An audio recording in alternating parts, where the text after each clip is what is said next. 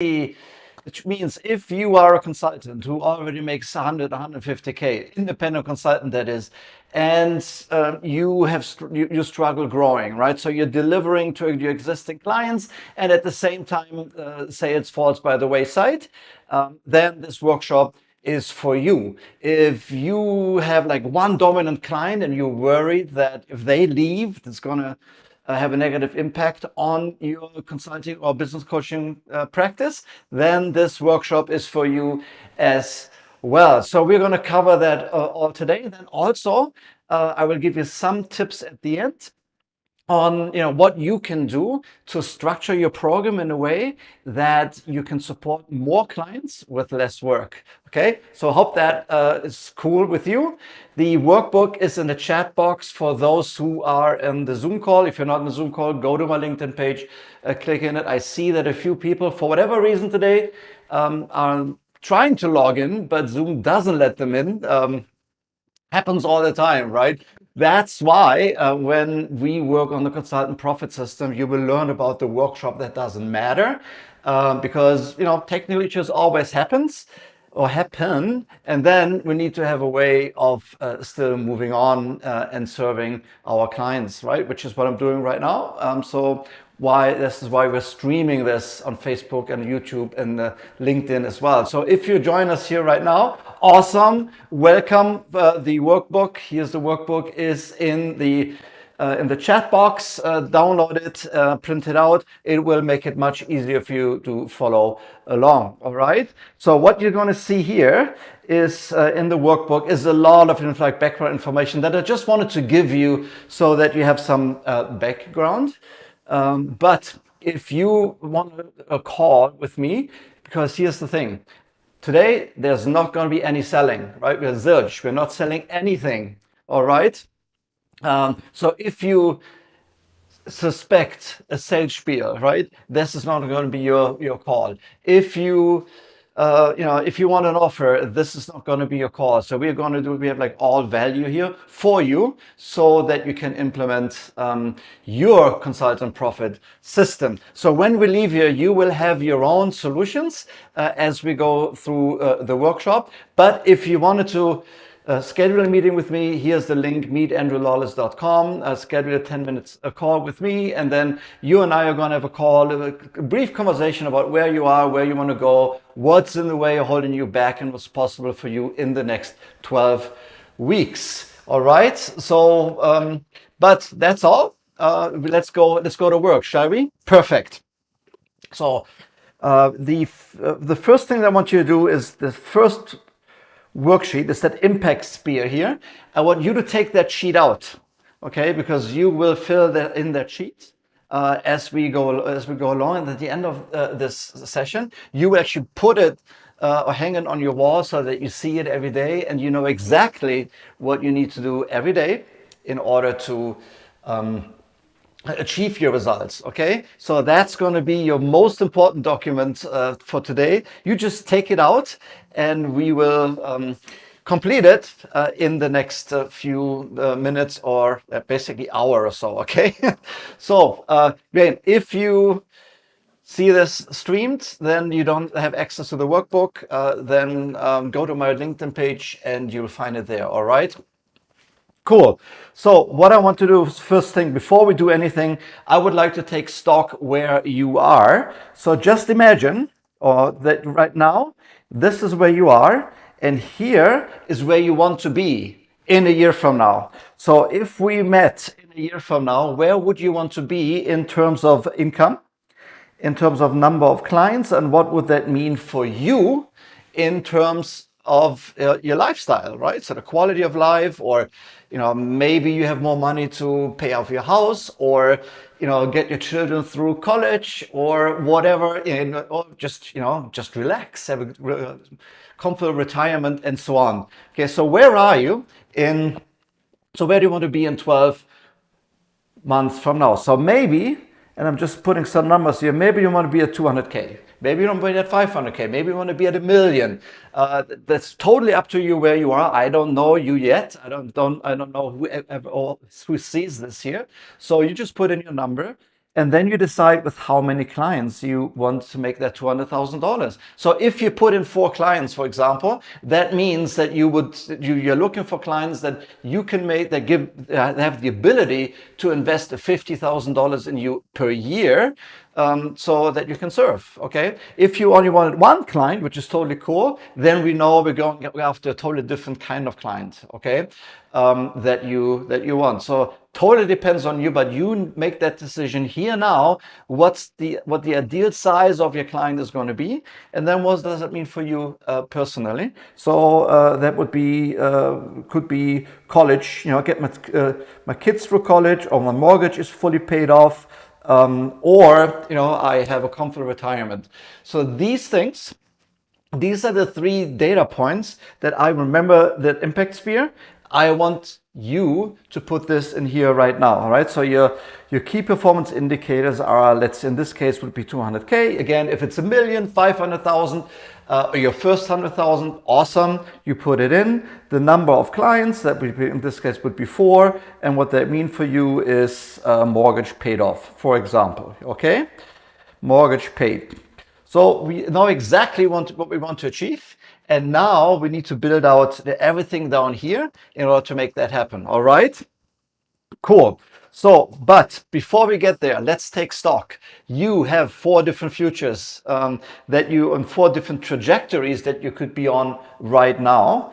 And the first one would be this one here, right? So that would be the ideal. We call this the ideal. Okay. Or you are on an okay track when you're still making progress, but it's not quite there where you would want it to be. So it's a good track. Or you are on like a slightly downwards, falling behind a little bit. Now we already have almost mid of May, beginning of May. So we know, right? So where things are going, or we have a feeling for where things are going. So you make that decision here. That would be a challenge. And lastly, you could be on a downwards track like here, which would be a problem. Okay, everything is fine. Hopefully you are on a better track, right? So hopefully you are on a track that is either green or blue. But if you're not, that is totally fine, because today we're here to get you back on track. So most of my clients, when we start working out, we are somewhat here. Okay.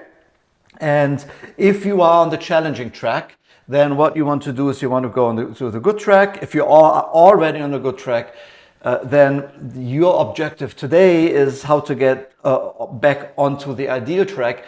If you are already on the ideal track, which a lot of my clients are, then the conversation today for you shifts to how can you get the results faster? All right. So you know what track you're on right now. And based on that, we have identified the next immediate goal for you. Okay, cool. So when it comes to your income drivers, there are 6 that I want to discuss with you today. We also want to take stock where you are, so that we can determine in 5 minutes, we will know exactly which 1 or 2 of these income drivers you need to address first in order to be able to get the results that you're after. The first income driver, of course, is your service or product. The second one is your ability to generate leads. The second one is your ability to engage leads in a conversation. So generating leads means like, what's your ability to invite people into your network and have a conversation. Lead engagement means like, what's your ability to engage leads in a conversation that is structured in a way that it leads to a sales conversation. And once you have that sales conversation, then it's all about lead conversion, meaning when you talk to a potential client, what's your ability to actually convert them to clients? Finally, it's the quality of your delivery, and lastly, your upsell. So once you sold something like a small consulting package, what's your ability to sell more? And many of the consulting package or assignments that you get, they're not small, right? Because I don't know you yet. You are like an unknown quality, and they want to see this first. In my case, And I was like, I had a $1 million a year monthly recurring revenue client, but that started out with the $15,000 assignment because they just wanted to see, can this guy deliver? And then, I delivered, and they got more, and they got introduced to other departments, and then I was like everywhere in the organization, and that became a seven-figure client a year for multiple years. That's how that very often works, and that's why upsell is so important here. Now, what I want you to do is make a decision or rate yourself where you are, how well you're doing with those drivers. All right. So you can either, something is either, oops, sorry, I make that mistake all the time and I'm not learning for whatever reason. So something is either it's your superpower, okay, or it's your strength, or it's a weakness, or it's a problem. Okay, so now take a pen and rate yourself. So how great is your product? How confident are you in your service, in your ability to consult your knowledge, your structures, your worksheets, your trainings, your facilitation skills, and so on. The package that you're offering, what is the quality of your discovery exercise? What's coming next? Do you have your services productized and packaged so that when a client comes and says, I have $50,000, what can you give me? You hopefully have a better answer than just, oh, we can come to, we can meet, and I can give you some hours and so on. No, you want to give them a product, hopefully with a product name, a package that is, that is you, but can be tailored to the client, but it's a product. So the client knows exactly what they're buying, what you're going to do, what you're going to deliver, and what time frame, for example, as part of a standard discovery. So, so if you feel that is your superpower, you put it here. If you feel it's a strength, you put it here. If you feel it's one of your weaknesses, you put a dot here. Or if it's a problem, you put a dot there. And right now, for the purpose of this conversation, I leave that dot as a strength. Your dot maybe is totally somewhere else, but that's your call. Again, like, I don't know where you are. We're all at different stages in our business. Okay, lead generation. Okay, so how well are you doing in getting leads into your network? Maybe that's a weakness. Right? So I need to learn how to use my technology. Lead engagement. So how well are you doing in terms of talking to your leads on LinkedIn, for example, or like at networking events, or via email, or on the phone, or in workshops, so that you engage them in the conversation that is not too salesy, is helpful, but engages people enough that they're curious to know more about you, so that they want to meet with you one-on-one or in more detail. So that may be a problem, right? For some of you, that may be a strength. Again, you put the dot wherever you want to. Fourth dot is on lead conversion. When you have a sales conversation, when you talk to potential clients, what's your ability to close and get that job in? Okay, and maybe that is a weakness also, or it's a strength, right? Just you. I'm not suggesting where your dot should be. You just put it where you feel it should be. Fifth one is, what's the quality of your delivery? So now you have the job in. Are people raving about you? Right? So because now somebody brought you in, you meet their team, for example, and they look at you like, who's that person? Are we going to all get fired? Is there a hidden agenda? And you have all this going on, and you still need to work with that team and rally them around the cause and get them engaged and deliver on time, on quality, and on budget. So that's what that means. Maybe that's your superpower. And then what's the upsell? Okay, and the upsell may be a strength. So we have your sales chart here, okay, and there's a timeline here, okay?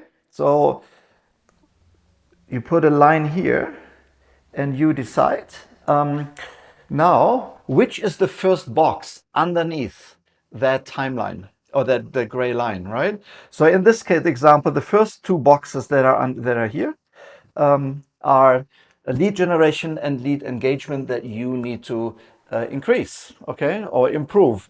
My question to you is, if you had the ability to bring all of these guys up into this area here, would you be able to achieve your KPIs, your results?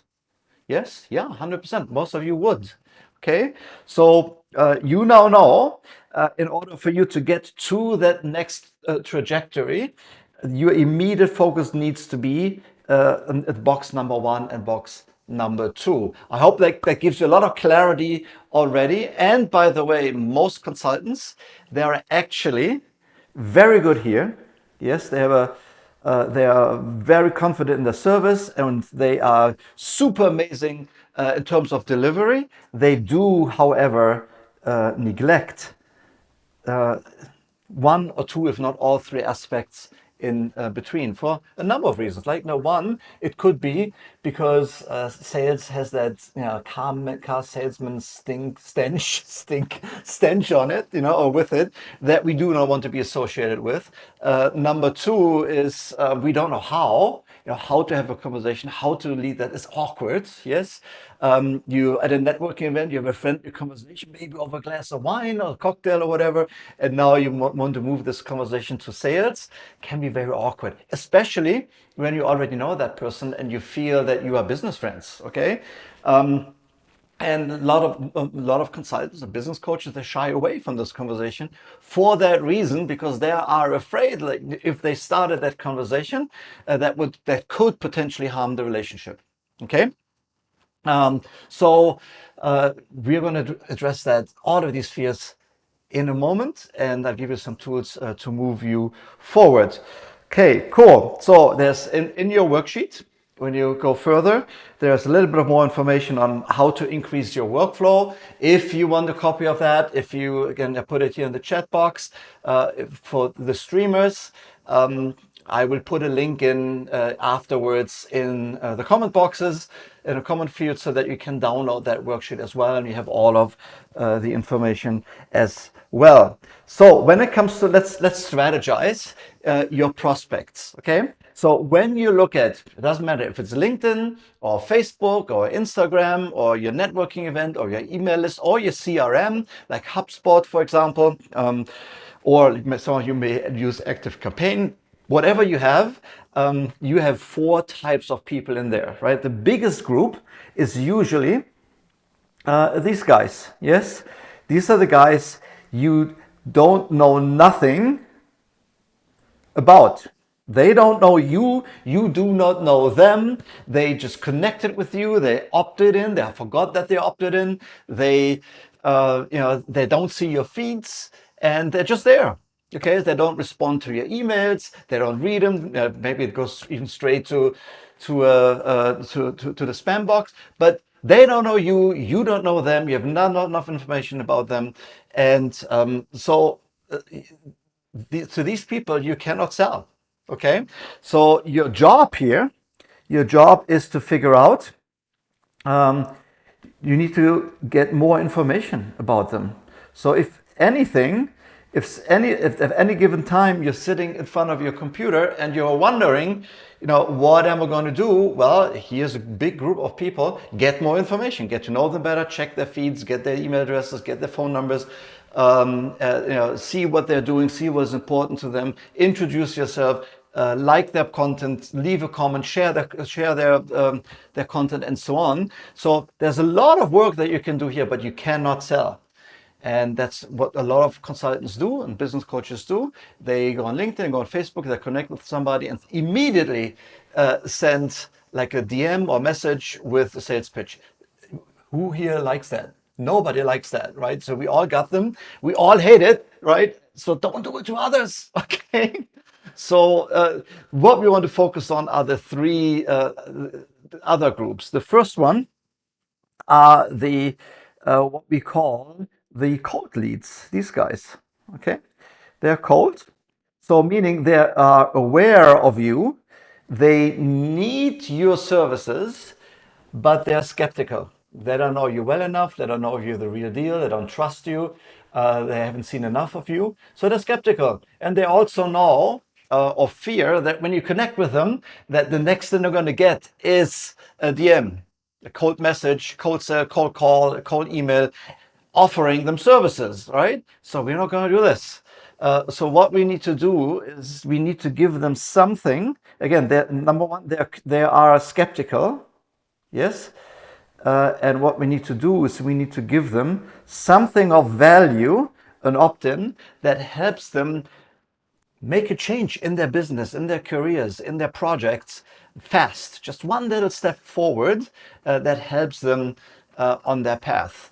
And that hopefully is good enough that they become warm leads. That's the second group. The next group are warm leads. These are these people here.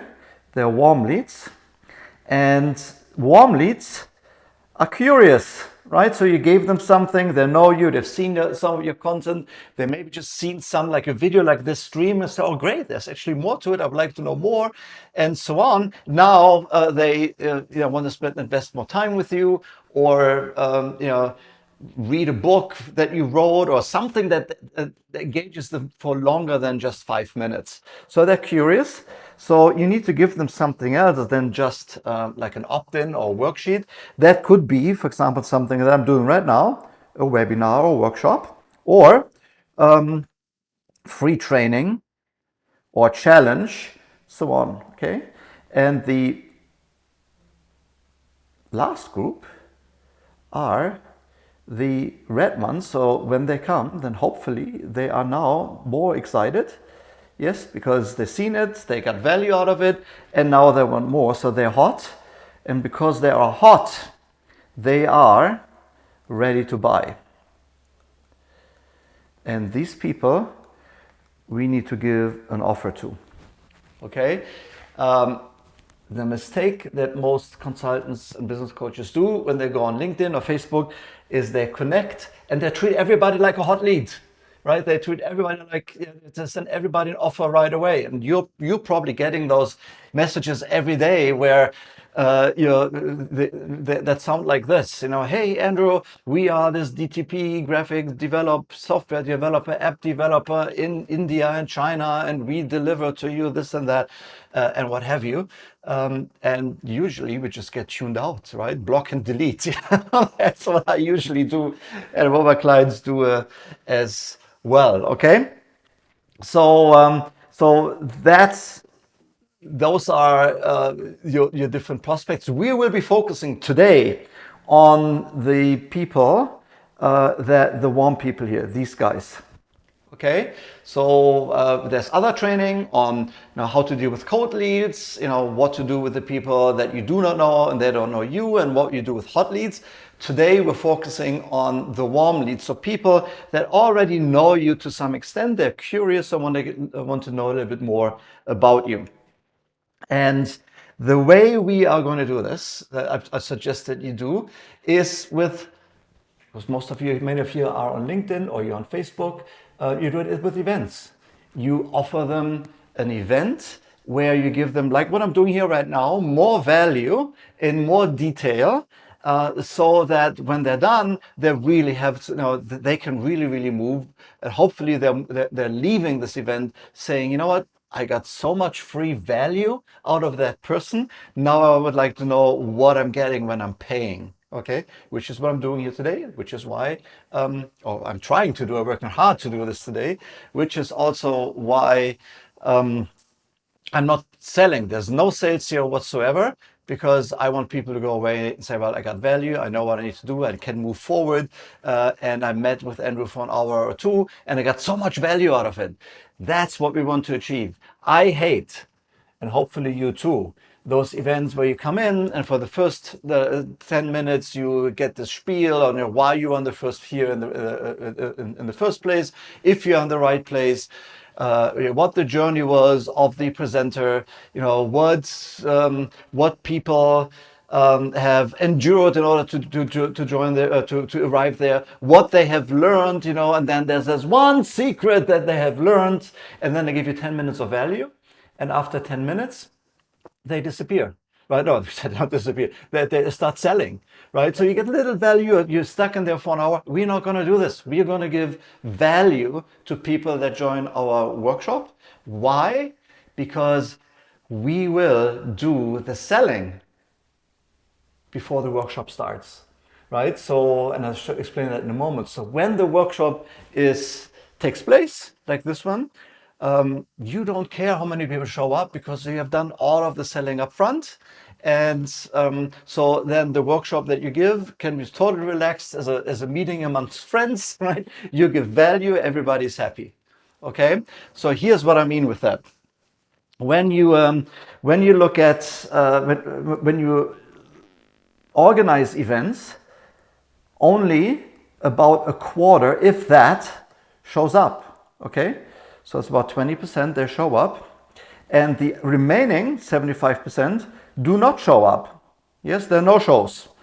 And that can be very heartbreaking because, when you organize an event, especially for LinkedIn and your peers and so on, and you work your heart out, you work on your slides, you have all planned exactly when you have the sales conversation, how you make the transitions, and maybe worked hours on those slides, only for like a fraction of the people to show up. And then usually the people that do show up are your peers, are people that want to, it's free value and will never ever buy from you. Some of your previous clients, some of your existing clients, because they didn't realize it was a sales event, and you're not selling. That is the experience that most people have that do events on LinkedIn, or that most independent consultants and business coaches have on LinkedIn, for example. But here's the kicker, right? The 75% that are not showing up, they are not showing up because they are busy. Yes, they are selling, they are delivering, they are hustling, they're building, they're creating, they're networking, they're out there somewhere doing something to move themselves or their business forward. In other words, they are your perfect clients, but they're not showing up. So now the question is, what are we going to do to make these people, to have a sales conversation with these people before the workshop? We don't want them to show up. Yes. So what we're going to do instead is that we are offering them a shortcut, because what I have learned is that like normal people, they spend time to make money. Successful people spend money to save time. All right. So when we go to those successful people, those people that are doing, they're performing, they're hustling, they're selling, they're delivering, the message that we're going to give them is, you know what? You really do not want to come to the webinar, right? What you really want to do is get the results. How about I can get your results faster? And you and I have a conversation how to do this. There's a structure to it, how to do it right, and how to and what we need to avoid. So I'd be happy to share that with you. Just let me know either here in the comments or here on Zoom, or send me an email. Most of you have registered, have an email address, so send me an email and I'd be happy to advance that conversation with you, okay? And share some of that material with you. But we give them a shortcut. And why is this important? Because most people, when they make progress, here's how that works, right? So they start a project and are successful for a while and they get stuck, they plateau. Oh, sorry. So they plateau, all right? So, and then at this stage, they're asking themselves, how can I solve that challenge now and be better? And that's when they go to webinars, they go to training, they read books, they'll watch videos, that buy online trainings, and they may even go to a conference and so on to learn. But what happens is that usually does not advance them, and that's their process, right? That's the progress from there on out. You probably have been there yourself, where you try to figure it out, and somebody promised you just in one workshop you'll know how to buy real estate for like 10% of what the house is worth, and then when you come out you realize, oh, much more difficult than that, and also requires another $60,000 investment and so on, right? So what we know is that, again, successful people, they ask a different question. They don't ask, how, they ask who can do this for me. And that then changes everything for them, because that's when they make progress. Okay, so what we are going to do with the 75% that are not showing, because we know that they're not going to show, we know they are the best clients, best potential clients, we offer them to be the who for them that gets them the results faster. All right. So, but just to summarize real quick how that would look like. So when you plan an event, there's a time before the event, there's a time during the event, and there's a time that you spend after the event. And most consultants, independent consultants, coaches, small business owners, what they do is they publish an event and have a little bit of effort up front, right? So they're kind of here. It's like, yeah, we're promoting it, we're sending out emails, we're inviting people, and so on. But that's it. And then there's a lot of work that they plan for what's happening during the event. PowerPoint slides. There are technical issues. Right now, for example, for some reason, a lot of people cannot log into Zoom. There are people that came in and then a minute are out and they're coming back. I don't know what's going on with Zoom today, but I also had meetings where I wanted to start my webinar. Boof, power goes out in my entire neighborhood. So I couldn't give it, or internet goes out, or computer reboots. I mean, we've all had those challenges. We take that all out, right? But most people don't, right? So they're very highly stressed and then very focused on what's happening during the webinar and how they convert, and who sent them to a sales page and so on. And then once that is over, they go back to almost normal. A little bit of activity, a little bit of sending of emails, like here's the replay. By the way, have you ever watched a replay? Nobody ever does, right? So it's really just a matter, like an excuse to advance the conversation. But that's what most people do. We are doing this differently because what we know is, again, we want to work with the 75% of people that are no-shows, and then we put this on its head. So there's a lot of activity before, okay? So we with emails, with invitations to meet, in multiple ways, on multiple forums, and all the sales happens before the workshop actually takes place.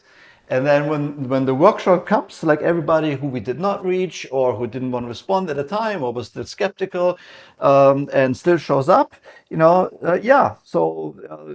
are delivering value, but we're not stressed, okay? Because we've already done our sales, and I don't need to worry about it. And that's why all the time can be spent here on actually giving value, okay?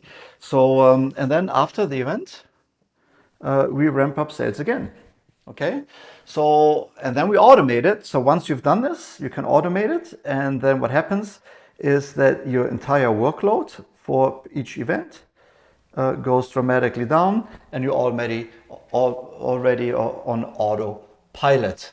Okay, so that's how you do LinkedIn events, right? That's how you do events. And don't stress. Yeah. So I hope that was helpful. So figure to do this next time. I'm challenging you right now to publish after this call, publish an event on Facebook or LinkedIn, and then do all of the sales outreach before. Because what people really say when they register for the event is telling you, I have that problem too. Okay, if they have the problem too and they register, they did what we call a hand raiser. They gave you a hand raiser, and that then gives you the permission to start a conversation, not before, right? So if you don't know somebody, they're cold, you do not have the permission to start a sales conversation.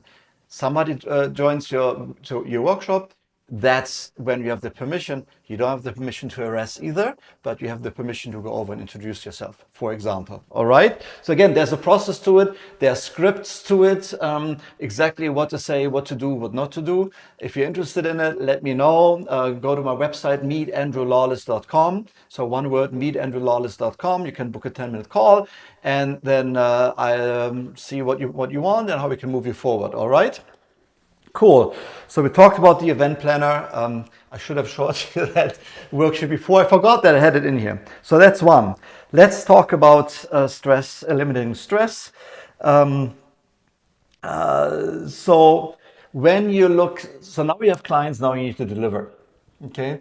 And the problem there always is you have a big client, a big project. All the work goes in there to satisfying the client. It's very time consuming. You need to be on your toes all the time. And yeah, it means that sales falls by the wayside, and you can only service so many clients that way. For that reason, one of I would want you to think about your delivery power matrix, right? So you can either, as a consultant or coach, you can have a do-it-yourself approach. Meaning, you give the client all the materials and they implement themselves. Online training is a good example of that, right? So you have a strong online component, and your clients watch it, follow it, but they implement by themselves, all right? Which is very good for the consultant or coach, because you produce it once and then it's really just about selling seats. Not so good for the client, because we know that most people that sign up for online programs drop off after like 2 weeks, and the success rate is around 3%. So it's not so good for the client, but it's good for the coach, right? So the second one is that it's done for you. Okay, so you do all the work, which is what most business consultants do. They do the analysis, they gather the data, they do the interviews, they put the strategies together, they build the workflows, they make the recommendations, they write that RFI, they talk to vendors, right? So it's done for you. It's awesome for the client because they really get all the knowledge that they do not have in-house. Yes, so client is happy. Not so good for the coach or the consultant, because you burn out, quite frankly. In the beginning, it's super cool. You're excited. Somebody actually wants you, and you can prove it, and you have success. And then you quickly realize, it's very hard to do this with like 2 or 3 more clients at the same time. Because at one point you also need a weekend time off, right? So there is a better way, and the better way is done with you. Okay, what that means is you have components that the client need to implement themselves, such as questionnaires, coming up with the workflows, giving you all the roles and responsibilities, that kind of work. There's a training component, and they go home and do the homework and deliver to you first so that you can do your job. And then you take that and do your work, or you just coach them through it. You have these meetings with them on site, review what they came up with, help them, for example, with redefining, or agreeing on workflows or functional specifications, technical specifications. I did that once with one of my clients, and I can name them because we presented together, called OCLC, Online Computer Library System. And they had 457 different workflows, right, in one web management area. And so they wanted to buy a new system. And I said, like, 457 workflows, kind of crazy, right? So, and then we walked through this. And so I helped them consolidate those 457 workflows to 3. Right? And then that was manageable. That also helped them to understand their work better and why they had certain exceptions and so on, and how to deal with them. So that would be done with you. I didn't do it. I did it with them. And, then I go home and, give it either to the vendor or the technology vendor or them for implementation. So that would be done with you. The awesome thing is you can do it in groups. You can manage it in a way that for certain training, you have multiple clients in the room or on a Zoom call. And then you send them home, and then you can do the coaching and giving also on Zoom, and so on. So you can scale. That's one of the best scaling techniques that you can have. And lastly, there is done with technology. And what we are seeing in the consulting, both in the consulting and coaching business right now, that giving people access to technology that helps them is crucial, right? So if you are, for example, in the language industry and you want to help your clients with SEO, with consistency in the terms, with being compliant with regulations, and terminology management is a huge part of it, then maybe you partner with some of the software providers out there and give them access to either your own installation, or you make sure that they have their own instance or whatever, or you have your own app, whatever you can afford. In my case, I partner, for example, with technology providers that I bought that technology and I allowed my clients to piggyback on it. I paid per client, of course, but the client had access to technology that they didn't have to implement themselves, they didn't have to maintain themselves, they didn't have to go to their IT team and deal with these guys, and convince them how to make it through the firewall and the security and all of that. And the IT teams were happy because they didn't have to worry about a fringe system, because the fringe system always loses, right? So if the email system's down or terminology system, the terminology system always loses. So so what I want you to think through is where do you want to position yourself in these areas? Ideally, you have an offering in all 4 areas, yes, and the combination of done with you and technology, done with you and done for you, done with you supported by technology, do it yourself supported by you, or do it yourself supported by technology, and so on. You're probably somewhere right now. Most consultants, when I start out with them, they are in this area here, and then we need to make decisions how to move into all of these areas as well to scale up, to be able to scale up your operations. So that's one decision that you need to make right now. Okay, so I have to apologize because remember when we talked about the income growth drivers, I forgot that step. Take these income growth drivers that you found, and these are your commitments here. Okay, and put them in. That your commitment in this case would be lead generation and lead engagement. Sorry for that interruption in flow.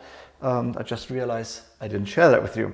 So, okay, cool. So, lastly, I want you to think about, when it comes to operations, I want you to think about your 5 business motivators and where you are, right? So right now, in order for you to make this happen, right, and in order for you to move your business, your growth drivers up, okay, which one of the, or 2 of the 5 business motivators do you need to focus on first? The number 1 is products.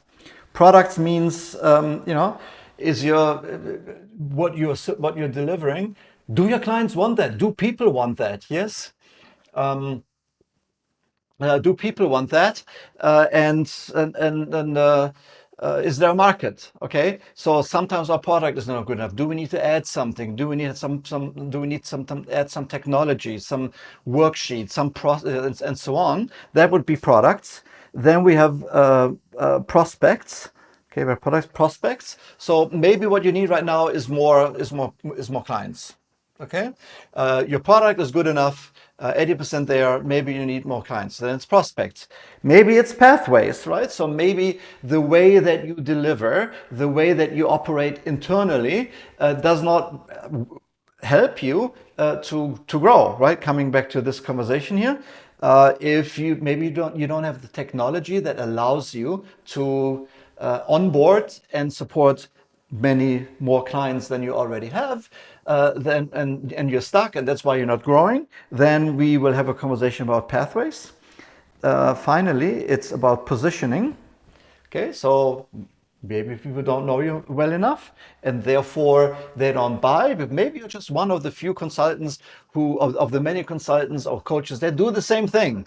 I help you streamline operations. Okay, how many consultants say that? I help you manage, improve your employee relationship. How many consultants and coaches are out there that do that? Thousands, hundreds of thousands. Just look at LinkedIn, look them up, right? So how do you stand out? Why would we work with you? What makes you different? Okay, what industry? What is your special relationship with that industry? That's what we're going to talk about here in positioning.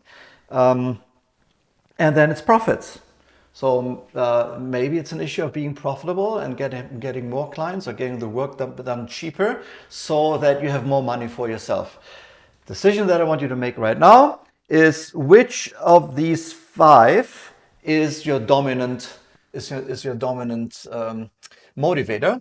And most people at this point that come to this kind of workshop, for them it's prospects. Yes. So prospects and profits. Okay. So if that's you, then here's what I suggest.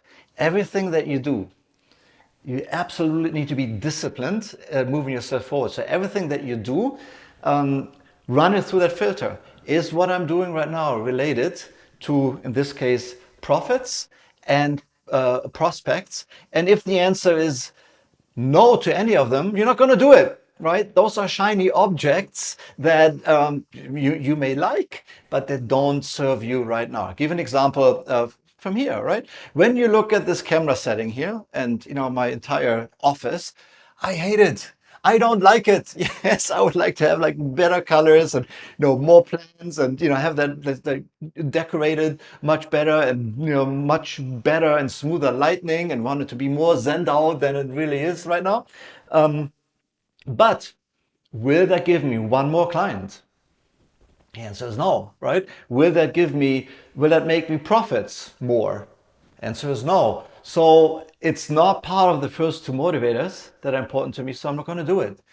That may change. It may change at one point when people, when I get the feedback from people say, Andrew, I like your content, but your challenge is that your videos look so crappy that you're not going to be taken serious. If you want to sign up more people, work on your sets and your lighting, right? That's when I do it. Right now, for example, it does not make me $1 more or bring me one more client or lose one more client, one client or prospect. Hope that makes sense, right? So you've got to have the discipline to delete everything that has not to do with these two business motivators that you have just picked. So what I want you to do is now rate yourself and see where are you right now with those motivators. When you look at the past 90 days, right? So did you say, okay, it's these motivators were totally a must for me. And I'm driving the car, I'm driving the process. I show up, I do things, and I deliver and have the total discipline to say no to the things that are not my two business motivators. Maybe you've just been in the passenger seat. Yes. So, well, I'm driving. I'm riding shotgun basically, right? So I engage, but I'm not really driving it forward as much as I should. Then you have the next one is you're in the back seat or your luggage. Okay, so be honest with you where you are right now in terms of moving your business forward when it comes to selling and scaling up your operations. And after this call, I just want you to spend some time here and make a decision. What is it that you must do right now in order to move your business forward? Who do you need to talk to? And what do you need to stop doing? It's always easy to add more stuff, right? But there's only so much that we can do. So what do you need to do? What do you give up in return? And who do you need to talk to? And when you have that, you go back to that very first, to the impact spear. Remember this guy here? And those are your needle movers. Yes, this is what you need to do. And here is how often you need to do it. For example, you may, based on this conversation, say the first thing I need to do is publish an event. Yes, publish an event. and then we start the sales conversation as we discussed earlier, right? So maybe that's what you need to do, and you do it just every second week or just monthly, whatever you feel comfortable with. Maybe you need to send more emails, yeah, more frequently to your clients. Maybe you need to be at more networking events and so on. Yeah, so do it. But the question is what you give up in return. So that's this last sheet here. Where we are here. And so now you know what moves you forward. Again, if you want more conversations, if you want to dive deeper in this and go look into your wheels of high performance, so that we can look at what behaviors you already have that support you and don't support you. I'd be happy to share with you. By the way, I'd be happy to share with you a link to a free assessment that's anonymous also. It doesn't take your email or name. So that gives you your high performance index, right? So let me know that. I would send that to you. But here is the decision that I want you to make for today, right? The high performance structure that you can build into your team. First one is, what's your game plan? Okay. So when you talk to a client, how do you develop the game plan with them? The game plan can be, for example, you do a discovery session, right? Second, the output is are recommendations. If I could write, that would help, right? Recommend. And three, maybe monthly reviews, so that you sit down with the client every month or every quarter, right? Quarterly business review, and see where things are, so that you can correct course all the time. Second is the roadmap. So what do you do in terms of getting your clients the results? In my case, for example, it would be weekly training. It would be implementation support and coaching, or we call it Win the Week, right? Where I meet with my clients every Monday morning, and we make a decision of what we need to do this week in order to get the results that we want, and what's the support structure that you build in. Okay, support structure can be as simple as a Facebook community. My pen has stopped writing. Okay, come here. Facebook community. Maybe there's SMS or email support that you can offer. And maybe there are one-on-one meetings with you, right? That your clients or your clients' teams can have. So make a decision on that support structure that enables you to grow and deliver to your clients on time, on budget, and on quality. Okay, so if you want to take this a step further, I'd be delighted. I mean, again, there's some information here in the workbook that you're already having. But if you want to take this a step further, and you want to talk to me about where you are, what you want to do, what's in the way or holding you back, and come up with a plan of what's possible for you in the next 12 weeks, go to this email address, meetandrewlawless.com, and then you and I will have a conversation about all those 4 issues: where you are, where you want to be, what's in the way, and what's possible for you in the next 12 weeks. That's here, meetandrewlawless.com. Cannot wait to see you in person. Just go to that link, meetandrewlawless.com. You can get on my calendar right away, and then we have a conversation there. So thank you very much for your attention. I'm glad that you were here and you've learned, got something out of it that helps you move forward. And I cannot wait to help you on that journey, on your journey, faster with better results. All right. See you then. Bye.